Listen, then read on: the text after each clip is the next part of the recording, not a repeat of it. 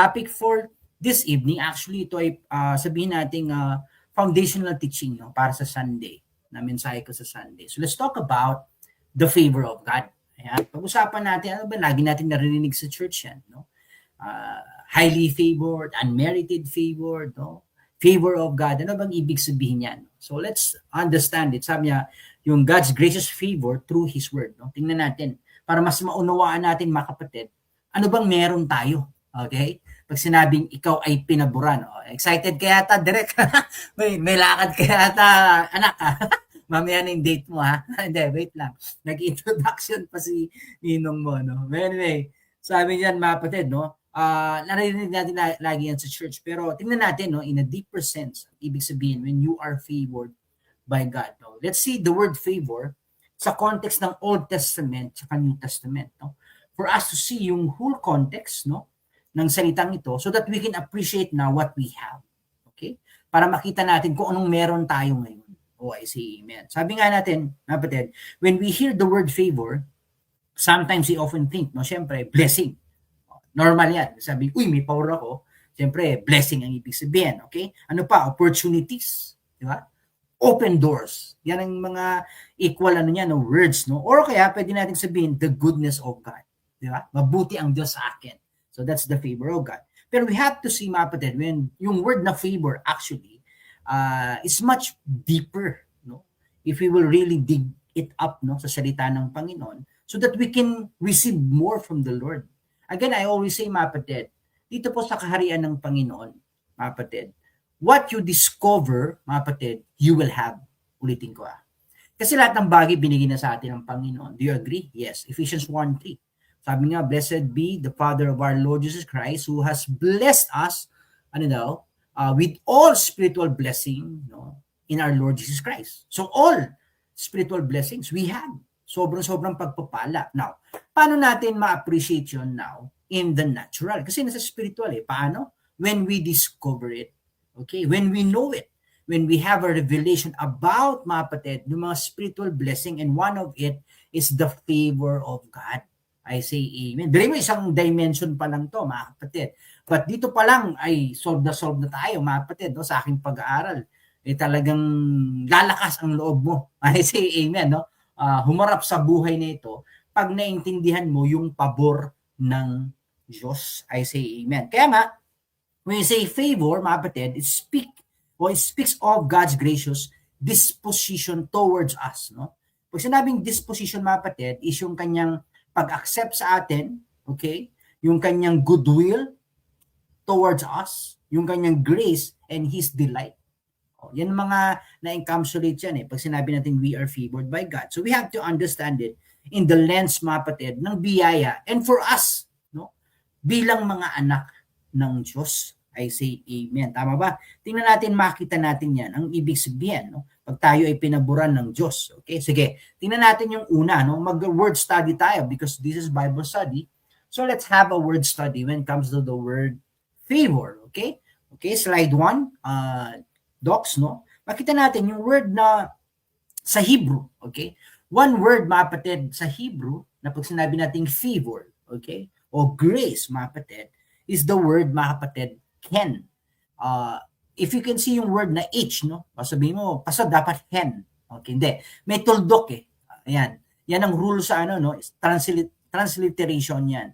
So, pag may tuldok, mga kapatid, yung letter, yung H, nagkakaroon ng word na K, no? So ken ang ano niyan, ang basa, transliteration, okay? Nang ibig sabihin niyan, mga kapatid, is you are favored, grace and acceptance, okay? Yan ang ibig sabihin niyan, no? Kaya nga isang dimension to ng word na favor when it comes to the Hebrew language. So we have to see yung original. Paano to ginamit ng Bible o ng Espiritu ng Diyos, no? Yung sinabi niya na yung word na favor o yung ken. So it carries the idea of favor, grace, and charm. Diba? So pag sinabi ka, uy, napaka-charming mo naman. Okay, ibig sabihin, you have that aura, no, sa buhay mo o sa life mo na nakaka-attract. It is the grace of God. Okay? Yung charm na sinasabi natin, no? Yung X factor. Sometimes we call it X factor. Tama ba? Pero that is ken. Okay, kasama yan. Na as if people are attracted to you because of the favor and the ken of God in your life. Now, makita natin si Noah. Speaking of Noah, mga kapatid, actually, yung word na ken, dito ginamit yan sa Genesis 6 chapter 8. Sabi niya, but Noah found grace, no, in the eyes of the Lord. Okay? Now, tingnan mo mga kapatid, yung biblical expression, ano daw? In the eyes of the Lord. Ano ibig sabihin? So it gives us an important relational dimension of favor. So yung favor na to, mga kapatid, hindi lang to yung favor na binilalagay sa ating mga kamay. So hindi lang to yung blessing. Pero it attracts the eyes of the Lord. Di ba? Sabi niya, Noah found favor in the eyes of the Lord. Kaya nga yung ken dito speaks of your charm. Okay, God is delighting upon you. Natutuwa ang Diyos sa iyo. Okay, I say amen. Tingnan mo siya nagbigay ng pabor na yon. Pero binigay niya yung mapatid, siya rin ang unang na-attract. Ang galing ng Panginoon. I say amen. No, so you have to see it. Kaya nga, si Noah, on his time, mga kapatid, grabe yung pabor ng Panginoon sa kanya. At tingnan mo mga kapatid, hindi hinanap ni Noah yung ken, yung favor. Nakita, nag-strive pa, hindi. Hindi niya hinarap Tama? Ito ay, actually, pwede mo sabihin, siya ang natagpuan nun. Binigay ng Diyos sa kanya yung pabor na yon. Okay? I say amen, no? Makita natin yung connotation niyan. Kaya nga, when it comes to the favor of God, especially now, very clear that the favor of God, mga kapatid, is nanggagaling, mga kapatid, sa puso ng Diyos. Okay? Siya nagbibigay nito. Glory to God. I say amen. Tama ba? Kaya makita natin, mga kapatid, sabi niya, it is first about how, hindi lang yung paano ka nakakatanggap, pero paano ka niya tinanggap. Ulitin ko nga. Kasi pag sinabi natin grace, sometimes yung biyaya ng blessing, tama naman yun in the sense. Pero, that makita natin isang dimension ito is ikaw ang tinanggap. You have the ken of God, you have the favor of God, kaya kanya tinanggap. Oh, I see. Man. So mas mas malalim 'yon. Kasi ang ano ba magandang example niyan? Parang ganito Yung ken speaks of yung kabuuan mo. Na ikaw ay tinanggap ng Diyos. Natutuwa ang Diyos sa iyo. Oh, I say amen. Tama? Tingnan mo mga kapatid, pag ang Diyos natuwa sa iyo, mga kapatid, ang ginawa kay Noah, grabe naman yung task ni Noah. Intindi, no? Pinagawa ng arko. Oh, I say amen. Sabi mo, basta arko na, mahirap nung panahon ni Noah yan. Kasi nung time ni Noah, mga kapatid, unang-una nakatira sa disyerto. Napakalayo niya sa dagat. Pero sabi ng Panginoon, maggawa ka ng arko, di ba? Maggawa ka ng arko. Doon pa lang, napakahirap niyan, mga kapatid, no? Tinanong siguro siya, ano ginagawa mo, Noah? Uulan. Nung time nila, ano yung uulan? Hindi nila alam yung uulan. Kasi on that time, mga kapatid, the earth is irrigated. Hindi papuntang hindi yung galing sa langit dito sa lupa. Hindi. Ini-irrigate ng Diyos ang lupa from down. Galing sa ilalim yung mga bukal. Kaya hindi nila alam ano yung ulan na tutulo. Di ba? Buti lang may pabor si Noah, no? So kahit tuloy-tuloy pa rin si Noah, no? Sa pag-build, no? So because tinanggap siya ng Diyos, ito namang revelation, mga kapatid. Kaya nga, pwedeng maraming, di ba, mga words na natanggap si Noah na masakit para sa kanya. Pero dahil alam niyang siya na may tinanggap ng Diyos, it doesn't matter. I say amen. Tama. Kung hindi niyo man ako tanggap, okay lang, it's your opinion. Ang mahalaga, tinanggap ako ng Diyos. I say amen. Sige nga, mga kapatid, di ba? So napakagandang yan, makita natin na tayo ay tinanggap ng Panginoon. Kaya because of that, as a son of God, mga kapatid, now we can learn to live from that confidence that we are accepted. I say amen. And the Lord is delighting. Natutuwa sa atin. Ang Panginoon, tinan mo ang sarili mo, mga kapatid. Tinan mo sarili mo, maniwala ka man sa hindi, mga kapatid, natutuwa ang Diyos sa iyo. I say amen, no? Maganda mga kapatid, in spite of, I think that's the key word for this evening, in spite of our failure, in spite of our shortcomings, mga kapatid. Kasi nga, grace yun.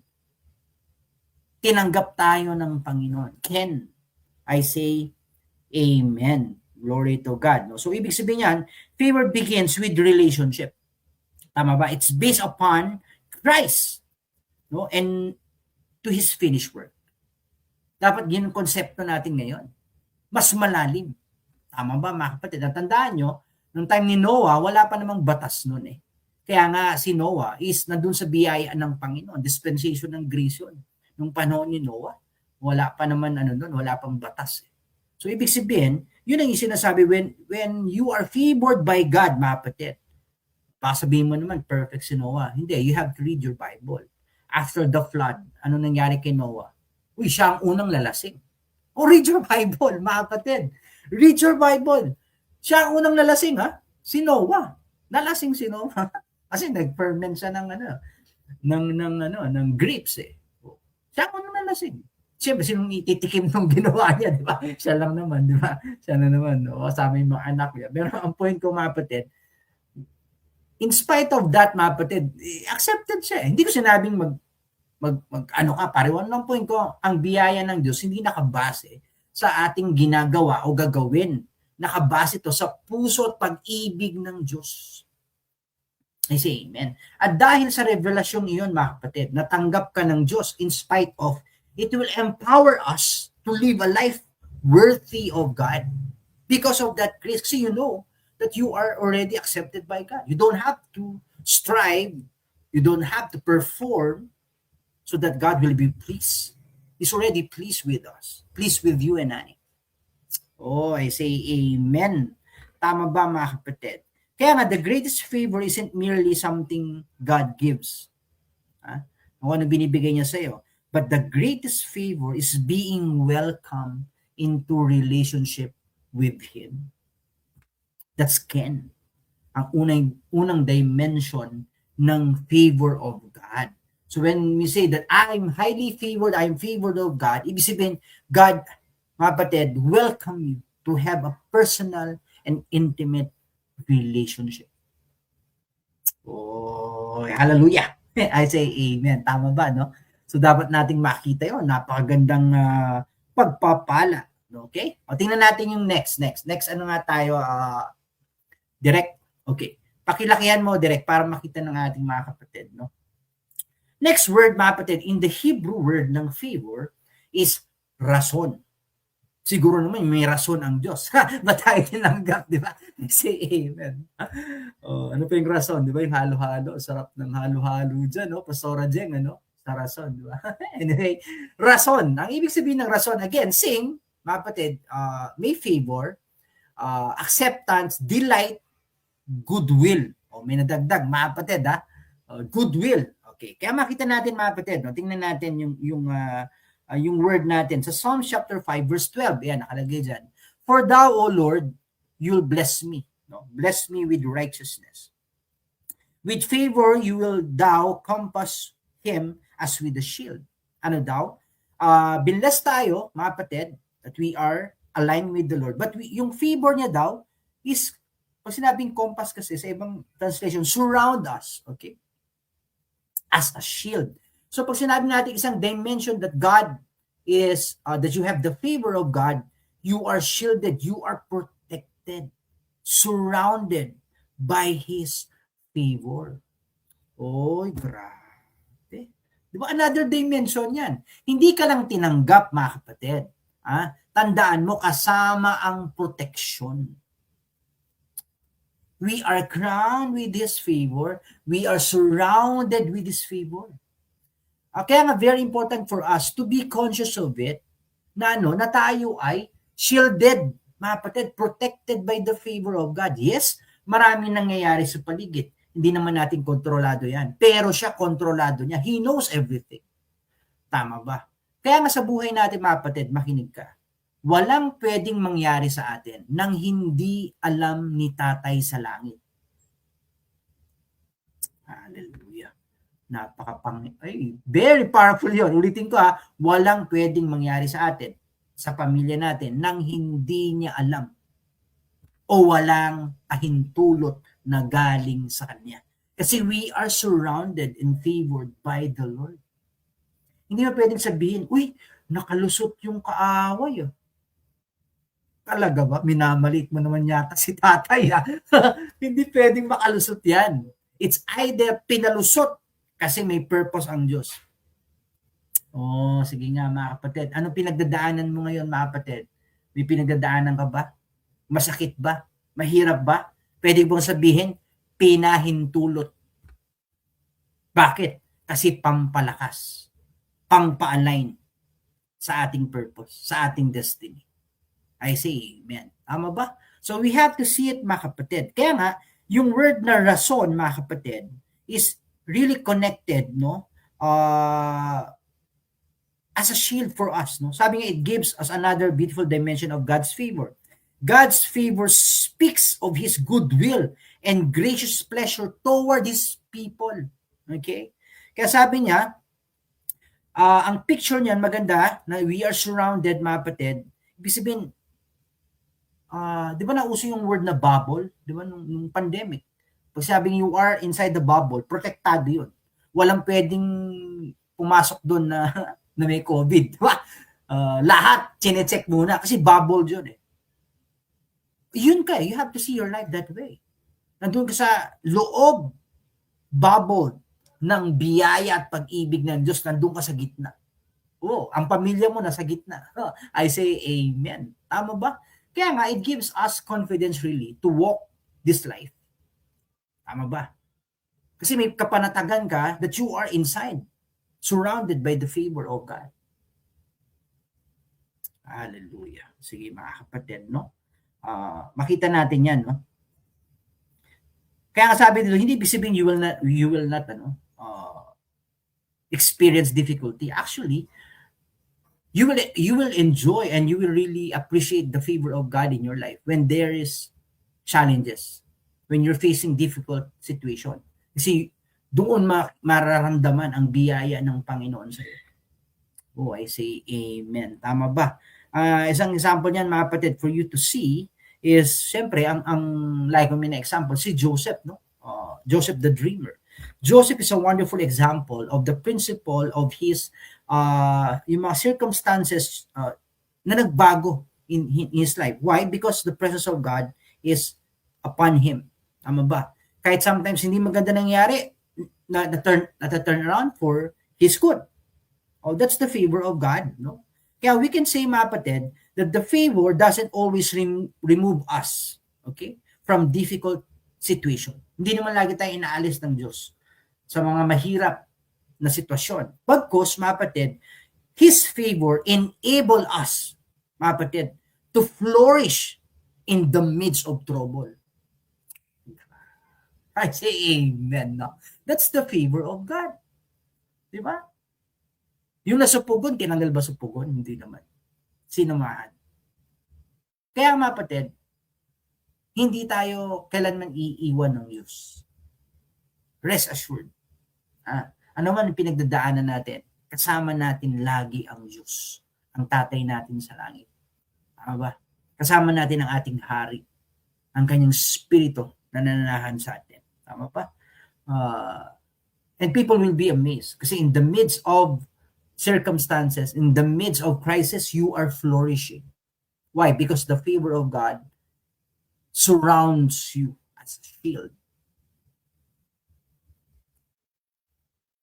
Diba? Parang ganito, di ba? Kunyari, may tira ang kaaway, pag dumiti sa pabor na Diyos, for good. Say amen, no? Grabe, ang tindi ng ating protection, di ba? So we have to see it. We have to appreciate what we have. Surrounded by the favor of God. Amen. Kaya nga, we can say, mga kapatid, so the king's favor, ang pabor ng hari, becomes more than something occasionally experienced. Hindi ito occasional lang. Actually, we are living, mga kapatid, inside in the favor of the king. Surrounded. I say Amen. Amen naman tayo dyan, mga kapatid. Di ba? Grabe, napakaganda naman no, no? O sige, next slide tayo, no? Direct, no? Now, yung next word naman is in the Greek. Ibig sabihin, papunta tayo sa New Testament. Okay? Yung dalawa na senior ko is old. Ito naman nakita ko sa inyo, lagi naman natin sinasabi when it comes to the grace, is the word charis. Okay? Charis. Okay. Now, yung word na charis, siyempre, grace, favor, kindness, goodwill. Okay? Actually, yung ibig sabihin ng charis, no, sa Greek in the sense, mga kapatid, ang translation talaga dyan is yung kindness, goodwill. Okay? Tinong may nadadagdag na word, kindness. Okay? Loving kindness. That's charis. Okay? And this is where our understanding of unmerited favor becomes especially powerful. Yan na yung charis. Revelation na kay Pastor Prince, no? Rediscovering the unmerited favor of God. Charis. The grace of God. I say amen. No? Kaya nga even yung word na charis, no? Yan yung word na charisma. Okay? Sinabi ko kanina yung Ken. Charisma. Okay? Pag grace gift naman, charismata. Yan yung mga Greek yan. Pag sinabing charismata, grace gift. Binigay sa'yo ng Panginoon spiritual blessing yan, spiritual gift na binigay ng Holy Spirit sa'yo, charismata. Tama ba? Now, ang point ko, mga kapatid, you have to see yung lalim ng word na to. So, pag sinabi natin kasing charis, it is freely given. Freely given. Walang kondisyon ng Diyos. Dapat makita natin pag sinabi nating favor of God. Pinaboran tayo dahil gusto niyang paboran tayo. No question asked. Diba? Walang pwedeng mag-question. Bakit? Pinaboran ka ng Diyos. I say amen. Ang pwede mong gawin is magpasalamat, enjoy, at gamitin ang biyaya na binigay sa iyo ng Panginoon. I say amen. Tama ba? Kaya nga, it is commonly translated, no? Sabi, it carries the word, kapatid, no? Yung kindness, unmerited favor. Okay? Kaya sabi niya, hindi natin in-earn yan, hindi natin manufacture yan, we didn't qualify for it. Hindi. Ang grace ng Panginoon, hindi naman nakabasa qualification natin, mga kapatid. Binigay ng Panginoon as a gift. That's charis. Okay? Hallelujah. Sabi niya, the king initiated it. Okay? Ang hari ang nag-initiate. That's the king's favor. Okay? Kaya nga sa 2 Corinthians 8:9, ang ganda nung sinabi, no? Sharing ko to nung Sunday, mga kapatid, for you know the grace of our Lord Jesus Christ. Ang ganda nung sinabi niya, no? For you know the grace of our Lord Jesus Christ. So ang grace pala, mga kapatid, hindi lang to pakiramdaman. Dapat to nalalaman. Nagiging revelasyon. I say amen. Tama ba? That's the grace of God. Glory to God. You have to discover and dig more the revelation of the grace of God. Kasi it's a person. That's our Lord Jesus Christ. Tama ba? Kaya nga, kahit yung generosity, in example kaya nung Sunday, nagpo-produce yan yung grace ng Panginoon eh. The grace of God will produce generosity. Pag nagkaroon ka ng revelasyon na lahat ng bagay ay galing sa Panginoon, lahat ng bagay ay binigay ng Diyos sa kanyang kabutihang loob, maluwag din natin itong dinidispense kung saan i-dispense ng Panginoon. Do you agree, mga kapatid? I say amen. So we have to see. Sabi niya, because grace is the foundation of kingdom giving, kingdom living, and kingdom identity. Ulitin ko the grace of God. Kaya nga very powerful ating ministry, mga kapatid, no? Established in the grace of God, living in the kingdom mentality. I say amen, no? Sabi nga, and influencing every spheres of life, no? Kaya makita natin, ang fondasyon ng grace, okay, is the foundation ng ano daw? Kingdom giving, kingdom living, kingdom identity sa grace ng Panginoon. Kaya nga, ang isang believer, when you are established in the grace of God, you will enjoy kingdom living kasi it's by the grace of God, not by our effort, not by our performance. but because of His goodwill, kindness, unmerited favor. I say amen. No? We did not earn it, but we have received it. I say amen. That is grace. Sabi niya, graciously given, graciously received. I say amen. Diba? I-enjoy natin, no? Oh, thank you, Lord. Hallelujah. Okay? So that is charis. Tama ba? O eto, tingnan natin mas malupit to. Next tayo. Word study tayo ngayon gabi. Word study. Meron namang word is yung karito. Kung kilala nyo si Charito Solis, di ba? O, naalala ng ating mga wig, di ba? No? Mami Arno si Charito Solis. Okay. Karito. Okay. The word karito, again, ang root word is the word charis. Pero mas malalim in the sense. Bakit? Tingnan natin. Kasi nga, yung word na karito, ang ibig sabihin niyan, you are bestowed by grace to favor and to make accepted. Tinanggap tayo, pinaboran tayo. Pero ito maganda mga kapatid, we are favored in the karito. And karito means beloved. I say amen. So ibig sabihin yung karito dito, hindi lang to verb, pero position to eh. Positional blessing, karito. We are now in the beloved, and that is our Lord Jesus Christ.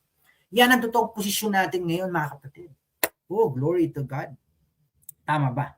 Tingnan natin, no? Kaya ang ibig sabihin yan, yung charis carries the idea of bestowing grace, favor, graciously accepting or making accepted. It appears, no, sa New Testament. Ayan. Sabi niya, Ephesians 1:6. Sabi niya, to the praise of our Lord, of the glory of His grace, wherein He has made us accepted in the karito, beloved. Okay? Sabi niya, you have to see it, mga kapatid, no? Tinanggap tayo in the beloved. Now, when we say in the beloved, mga kapatid, no? And God gives us favor, yes. Pero ang revelation, mga kapatid, hindi lang to binigyan ka ng pabor, pero nilagay ka sa isang posisyon. God has brought us into a position, mga kapatid, acceptance in Christ. Kaya nga yung ating katatayuan, sobrang secured. Kasi ang pundasyon nun, si Kristo. Oh, hallelujah. Ang ating hari. Tama ba? Parang ganito, mga kapatid. Pag ang tatay sa langit magagalit pa kay Kristo, mangamba tayo. Kasi kaposisyon natin yan, di ba? Oh, pero ito maganda, good news. Hindi kailan na magagalit. Kailanman hindi nagalit ang tatay natin sa langit kay Kristo. Tama. Nagalit siya, hindi kay Kristo, sa kasalanan nung nandun sa krus ng Kalbaryo. Dapat clear yan, ha? Dapat clear yan. Okay? Pero we have to see, yun ang ating security, mga kapatid. Tama ba? Kung sino si Kristo, yun tayo. Ano ang katatayuan niya? Yun ang katatayuan natin ngayon. Hallelujah. Oh, hi. I say amen, mga kapatid. No? I say amen. Kaya nga, nagkakaroon ng meaning for us to see who is that beloved of God. That is our Lord Jesus Christ. Aba. If you want to go back, ano ba nagagawa ng isang beloved? Tingnan mo si David, pinakita ng Diyos. Ito ang nangyayari sa isang beloved. Giant slayer. Oh, I say amen. Di ba? Alam mo, mga kapatid, makinig kayo sa akin, mga kapatid. Bakit ang demonyo, gagawin niya lahat? Huwag ka lang magkaroon ng revelasyon ng biyaya ng Diyos. Huwag mo lang makita ang sarili mo kay Kristo. Bakit? Tapos kasi ang labanan. Pag nakilala mo kung sino ka at kung anong meron ka kay Kristo. Bakit? Pupugutan mo siya ng ulo. Giant slayer. Ito, mga kapatid, naalala niyo sa Genesis, diba sabi ng Panginoon, no? Sabi ng Panginoon kay sa Ahas, the same woman na ginamit mo will be your greatest nightmare, o paraphrasing na. Bakit? Your seed and her seed will be always an enmity, ang word enmity. Ibig sabihin, hindi pwedeng magbati. Okay? Kailanman. Okay? At sabi niya, yan ang dudurog ng ulo mo. Nabasa natin? Okay, good. Kaya nga, inaabangan ng demonyo yan. Okay. Nung si Jesus Christ, nandun siya sa krus ng Kalbaryo. Okay? Nung sumigaw ng Panginoon, it is finished. Okay? Then, in-exhale niya yung spirito, then he died. Akala ng demonyo panalo na siya. No? Nakakatawa talaga ng demonyong ito. Demonyo talaga. Nakakatawa. But akala niya panalo siya. Hindi niya alam. Yun ang kanyang pagkatalo. Bakit? Kinuha niya ang kabayaran ng kasalanan, ang sumpa ng kasalanan. At ang good news, mapatid, lahat ng maniniwala sa kanya, ibabalik niya sa pagiging anak at ilalagay sa posisyon niya na kailanman hindi pwedeng mawala, na siya ang beloved. Oh. Kinilig ako doon. I say amen. Hindi pwedeng mawala eh. Grabe yung security you have in Christ. Kaya nga, hindi mo takot eh. Bakit pag ikaw nagkaroon ng giant slayer, humarang ka na. Alam mo mga kapatid, Romans 16:19. Sabi, and the God of peace will soon crush Satan where? Underneath our feet. Tayong bibigyan ng privilege. Para durugin ang ulo ng kaaway. And ulo speaks of authority. Ganyan ka tinitingnan ng Diyos. Ganyan ka tinitingnan ni Kristo. Dudurog ng otoridad ng kadiliman. Anong mahina ka? Sino nagsabi? You have to have a revelation that you are strong now in Christ. Oh, I say amen. Tama ba? Giant slayer.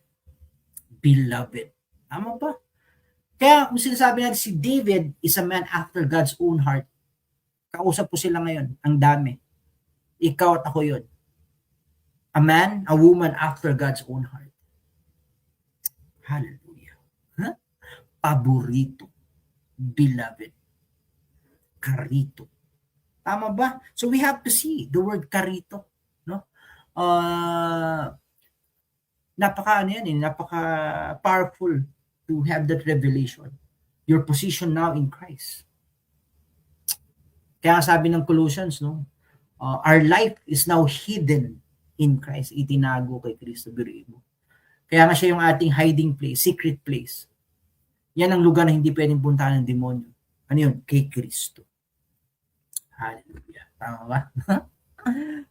I say amen. No? Kaya sabi ng kanta, you are my hiding place.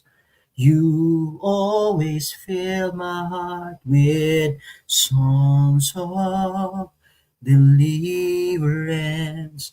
Whenever I am afraid, I will trust in you. Diba? Very powerful yan. Kaya ang sarap kantahin yung mga kanta na yan kasi you have now a clear revelation of who you are. And where are you now? Seated in the high places in Christ. Oh, I say amen. So therefore, we can say that Christ becomes the foundation of our acceptance before the Father. Kaya nga, ito yung pinakamalupit, yung karito. Tama ba? Kaya nga meron kang meron kang rason, meron kang karis, kasi nakay karito ka. You are karito. I am karito. Beloved. I am now in Christ. My security. Oh, I say amen. Tama? Walang makapaghihiwalay, sabi ng kanta ni Brother Rod, no? Oh, I say amen. Secured. In that position. Sige na nga, tuloy natin. So we can say, mga kapatid, now we can bring all forward together. So tingnan natin, next slide tayo, direct tapusin natin for tonight. Okay? Anong i-compare natin, no? Anong ano niyan? Next slide tayo, direct, no? Palakihan yung next slide, no? Da-download ko yung aking dito. Okay? Ayan. Favor and acceptance. Okay? Ganyan mo na lang yung mo direct, no? Para diyan ko na lang basahin. Sabi niya, favor begins with being graciously accepted. Okay? Sabi niya, favor is not merely what we receive. It is first about how I am received. Yung sinabi ko eh. Kaya mas maganda yung makita mo. Hindi lang dahil tumanggap ka, pero tinanggap ka. Ulitin ko nga. Ang pabor ng Diyos, hindi dahil may tinanggap ka, kundi dahil tinanggap ka. Nagets mo? Nagets niyo yung word? Kasi mas makapangyarihan yun eh. Dahil tinanggap ka, umasa kang tatanggap ka. Kasi tinanggap ka. Kaya ang biyaya, hindi dahil tumatanggap ka, dahil itinanggap ka niya. Oh, I say amen. Tama ba? Okay? Next tayo.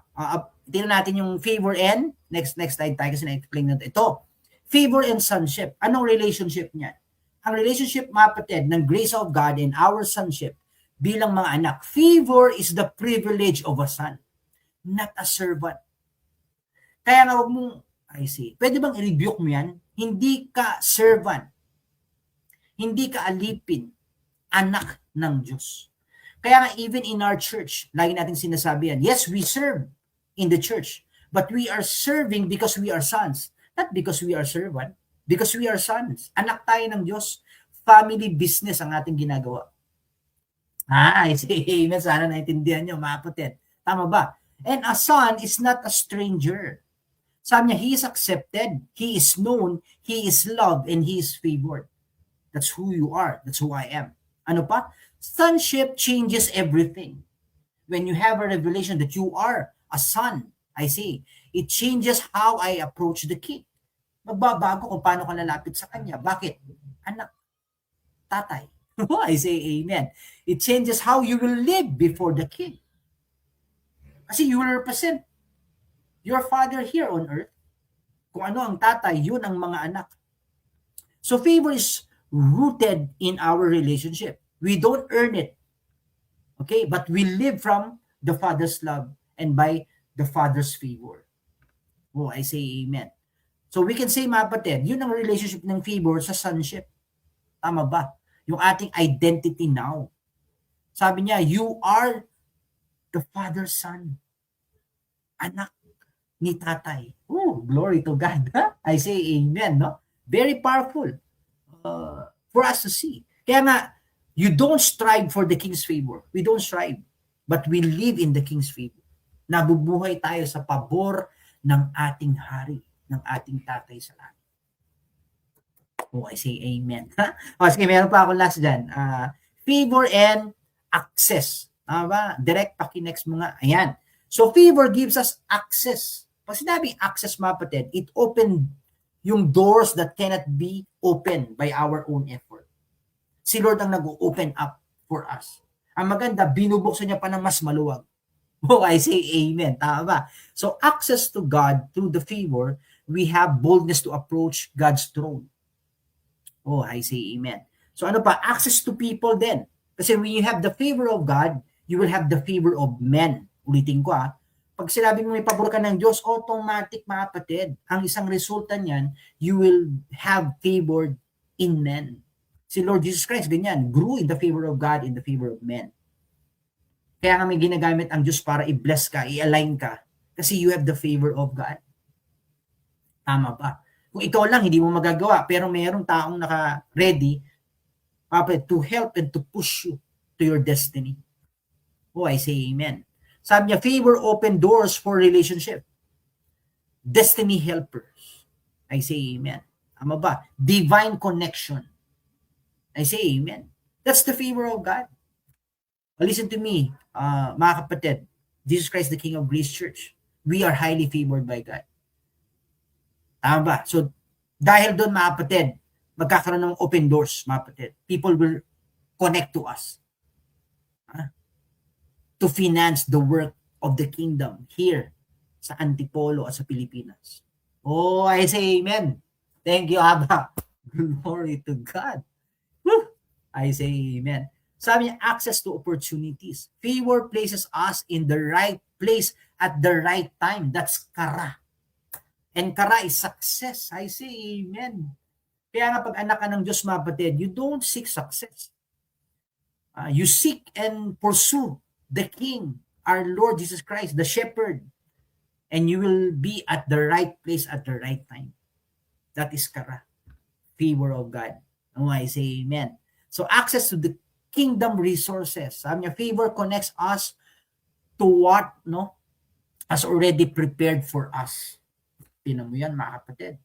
Marami namang hinanda na ang Diyos sa atin Pero dahil sa pabor ng Diyos na sa atin, it will be aligned to us. Tama ba? I say amen. The Lord will finance your dream. Sige, mga kapatid, namnamin natin yan. I say amen. Parang napaka-imposible na yata. Uy, maganda nga yan. Kasi pag imposible, sa kanya yan. Tama ba? I say amen, no? Ano pa? Favor doesn't just bring us closer to God. It takes us farther than we could ever go. Magulat ka mga kapatid kung saan ka dadali ng pabor ng Diyos. Tama ba, no? Amen, Ate Abet, no? I say amen. Na kaya nga sa amin in Ephesians chapter 2:6, He raised us up with Christ where? And seated us with Him in the heavenly realms in Christ Jesus. Tinan mo? Kung paano tayo ngayon, I say, highly favored talaga, tinaas kasama, nakaupo with Christ, ha? Pag sinabi kasing with, hindi in, kasi in, pwedeng nakatungtong tayo sa Kanya. Aba? Pero hindi lang in, with. Pag with, katabi. So may trono kang naka-ready. Oh, sige nga. I say amen. That's how you study the Word of God. You have to see it very clear.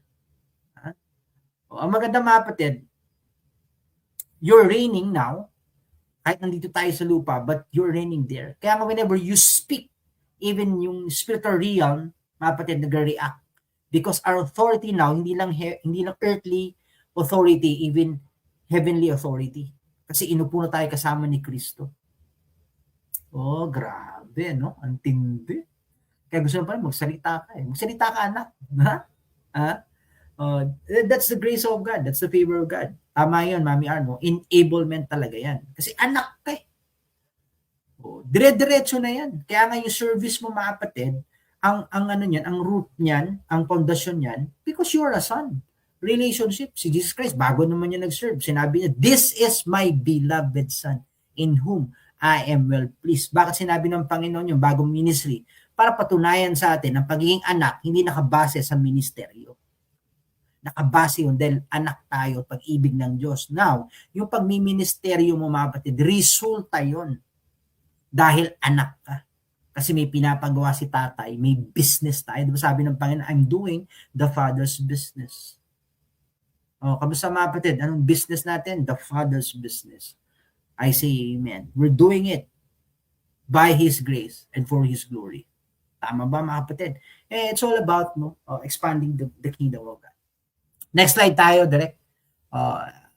Meron pa yata akong last yan po. Wala na ba? Balik muna tayo doon. Hindi ko yata na number 9 ko. Anyway, ito lang aking iiwanan ngayong gabi, mga kapatid. You have to see yung blessing na meron tayo. We have divine favor of God. Unmerited. Okay? Now, maghanda tayo sa Sunday. I'll be speaking about the unmerited favor of God sa Sunday. For you us to see. Kasi ito na, foundational na to. So, nakita na natin, explain ko na yung pabor ng Diyos. Tingnan naman natin yung epekto natin bilang mga anak ng hari. I say amen. Kaya nakaka-excite, mga kapatid. No? Kaya nga tama yung sabi niya yung New Testament kasi, binigyan tayo ng malinaw na pundasyon ng lahat ng bagay. Si Kristo, a person. Kaya nga, sa Old Testament, pa nagbe-bless ang Diyos, itemize. Di ba? Itemize. Item. Kasi pinagbibigay siya. Kung ano mang item binibigay ng Diyos. Item yan. Pero in the New Testament, hindi niya siya nagbigay ng item. A person. The Son is given. Tama ba? Now, bakit importante yun? Sabi ng Romans 8, lahat ng bagay ibibigay kasama ng anak. Ay, ganda, no? O kaya pag nasa iyo ang anak, nasa iyo ang lahat. Sige na nga, mga kapatid. Kinikilig ba ako? Kinikilig ako eh. Bakit? Nasa akin si Kristo, mga kapatid. Nasa iyo si Kristo. At sabi, lahat ng bagay matatanggap kasama ng anak na kay Kristo lahat. I say amen. I say amen. Tama ba? Okay. So, blessed evening, mga kapatid. If you are blessed sa ating teaching time, just type, I am blessed. Ayan. So, maraming salamat. Na-enjoy ba kayo, mga kapatid?